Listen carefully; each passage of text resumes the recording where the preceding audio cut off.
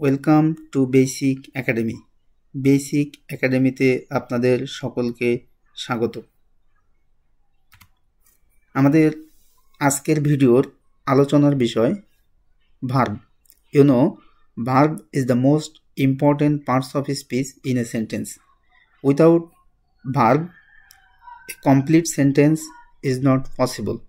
So, we have to learn the verb to make a meaningful sentence. So, let's start. আমরা প্রথমেই দেখে নেব verb কাকে বলে। ভার্ব হলো যে শব্দ দ্বারা কাজ অর্থাৎ যাওয়া, খাওয়া, থাকা, হওয়া ইত্যাদি কোনো কাজ বোঝায় সেসব ওয়ার্ডগুলোকে আমরা ভার্ব বলতে পারি। তাহলে আমরা দেখলাম আমাদের সেন্টেন্স মেকিংয়ে অনেক ধরনের ওয়ার্ড প্রয়োজন হবে। এসব ওয়ার্ডের মধ্য থেকে যেসব ওয়ার্ড দ্বারা শুধুমাত্র কাজ বোঝাবে সেই ওয়ার্ডগুলোকে আমরা ভার্ব বলবো। এবং ইংরেজিতে এই ভার্ব ওয়ার্ড ছাড়া কোনো সেন্টেন্স সম্ভব না, পরিপূর্ণ কোনো সেন্টেন্স গঠন করা সম্ভব না। তাহলে আমরা এখানে দেখলাম গো মানে হলো যাওয়া, তো যাওয়া একটা কাজ। ইট খাওয়া, এটা একটা কাজ। স্টে মানে থাকা, এটা একটা কাজ। এই বি হলো হওয়া, বি অর্থ হওয়া। রিড পড়া, প্লে খেলা করা, রাইট লেখা, টক কথা বলা ইত্যাদি এরকম অসংখ্য ওয়ার্ড রয়েছে যেগুলো দ্বারা কাজ বোঝায়। সুতরাং এই ওয়ার্ডগুলো হলো ভার্ব। নেক্সট আমরা এখন দেখব কাইন্ডস অফ ভার্ব। ভার্ব প্রধানত দুই প্রকার। মেইনলি ভার্বকে আমরা দুই ভাগে ভাগ করতে পারি। একটা হলো ফাইনাইট ভার্ব আর একটা হলো নন ফাইনাইট ভার্ব। ফাইনাইট আর নন ফাইনাইট, ফাইনাইট ভার্বটা হলো মূলত ভার্ব, নন ফাইনাইটটাকে আমরা ঠিক ভার্ব না বলে অন্য পার্টস অফ স্পিচ হিসেবে সেন্টেন্সে কাজ করে। সুতরাং এটা আমরা অ্যাকচুয়ালি ভার্ব না। ফাইনাইট ভার্ব ছাড়া কোনো সেন্টেন্স গঠন করা সম্ভব নয়। আবার নন ফাইনাইট ভার্ব দিয়ে কখনোই সেন্টেন্স পরিপূর্ণ অর্থ প্রকাশ করতে পারে না। সুতরাং আমরা এখন দেখে নেব ফাইনাইট ভার্ব এবং নন ফাইনাইট ভার্ব কোনগুলা বা কাকে বলে। প্রথমেই শুরু করি ফাইনাইট ভার্ব। যে ভার্ব বাক্যের অর্থ বা ভাব সম্পূর্ণরূপে প্রকাশ করতে পারে তাকে সমাপিকা ক্রিয়া বা ফাইনাইট ভার্ব বলা হয়। ফাইনাইট ভার্ব বাংলায় যেটা আমরা সমাপিকা ক্রিয়া বলি, অর্থাৎ ফাইনাইট ভার্ব দ্বারা সেন্টেন্সের অর্থ সম্পূর্ণরূপে প্রকাশ করতে পারে। অন্যদিকে নন ফাইনাইট ভার্ব সেন্টেন্সের অর্থ সম্পূর্ণরূপে প্রকাশ করতে পারে না। সুতরাং এই ফাইনাইট ভার্ব ছাড়া কোনো ক্লজ অথবা সেন্টেন্স হয় না।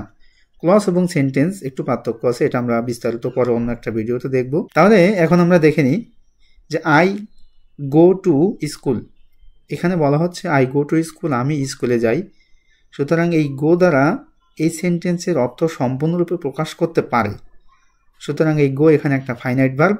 ঠিক একইভাবে she has finished a project, এখানে has finite verb. They are playing football in the field, এখানে আর হলো finite verb. Come here, come here, এই কাম এখানে ফাইনাইট ভার্ব। আবার এখানে do or die, do or die, ডুও finite verb, ডাইও finite verb. একটা সেন্টেন্সে দুইটা ক্লজ এবং শুধুমাত্র দুইটা ভার্ব দিয়ে দুইটা ক্লজ করা সম্ভব, এমনকি একটা ভার্ব দিয়ে একটা সেন্টেন্স হওয়া সম্ভব।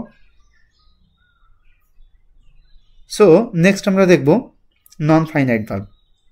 যেসব ক্রিয়াপদের সাহায্যে অর্থাৎ যেসব ভার্বের সাহায্যে বাক্যের অর্থ সম্পূর্ণরূপে প্রকাশ পায় না সেসব ভার্ব বা ক্রিয়াপদকে নন ফাইনাইট ভার্ব বলা হয় বা অসমাপিকা ক্রিয়া বলা হয়। এই অসমাপিকা ক্রিয়া বা নন ফাইনাইট ভার্বের তিনটা স্ট্রাকচার আমরা এখানে দেখাইছি। সেটা হলো to plus verb one, to plus verb one অথবা to plus verb in base form, যেটা আমরা বলতে পারি to get, to meet, to give, to read, to cook etcetera etcetera. এ ধরনের টু প্লাস ভার্ব ওয়ান যুক্ত ওয়ার্ডকে আমরা নন ফাইনাইট ভার্ব বলে থাকি, বা এটা নন ফাইনাইট ভার্ব হিসেবে সেন্টেন্সে ব্যবহৃত হয়। এটা সেন্টেন্সে পরিপূর্ণ অর্থ প্রকাশ করতে পারে না, প্রিন্সিপাল ভার্বকে জাস্ট অর্থ প্রকাশ করতে সাহায্য করে। আবার নন ফাইনাইট ভার্বের আরও একটা স্ট্রাকচার, সেটা হলো ভার্ব প্লাস আইএনজি। সেন্টেন্সে যখন ভার্ব প্লাস আইএনজি কোনো ওয়ার্ড থাকবে ওটা ফাইনাইট ভার্বের কাজ করতে পারে না, ওটা নন ফাইনাইট ভার্বের কাজ করে। যেমন reading, walking, playing, talking etcetera এই ধরনের। এরপরে verb in the past participle form, তার অর্থ হলো V3, যেটা আমরা V3 হিসেবে চিনি। যেমন পলিউটেড, নোন, রিটেন, স্পোকেন, ডান এক্সেট্রা এক্সেট্রা এই ধরনের অসংখ্য ওয়ার্ড আছে। এই তিনটা form 2 + verb 1, verb + ing, verb in the past participle form, এই 3 ফরম্যাটে যদি কোনো ভার্ব থাকে তাহলে সেটা নন ফাইনাইট ভার্ব। এখানে আমরা দুটো উদাহরণ দেখতে পারি। সেটা হলো to get A job. To get A job অর্থ হলো চাকরি পেয়ে। চাকরি পেয়ে কি সেন্টেন্সটা এখানে পরিপূর্ণ অর্থ প্রকাশ করতে পারে না। ঠিক একইভাবে পাসিং দ্য এক্সাম, এই পাসিং দ্য এক্সাম এটা দ্বারা সেন্টেন্সে পরিপূর্ণ অর্থ প্রকাশ করতে পারে না। আমরা নন ফাইনাইট ভার্বের আর কয়েকটা এক্সাম্পল দেখে নিই।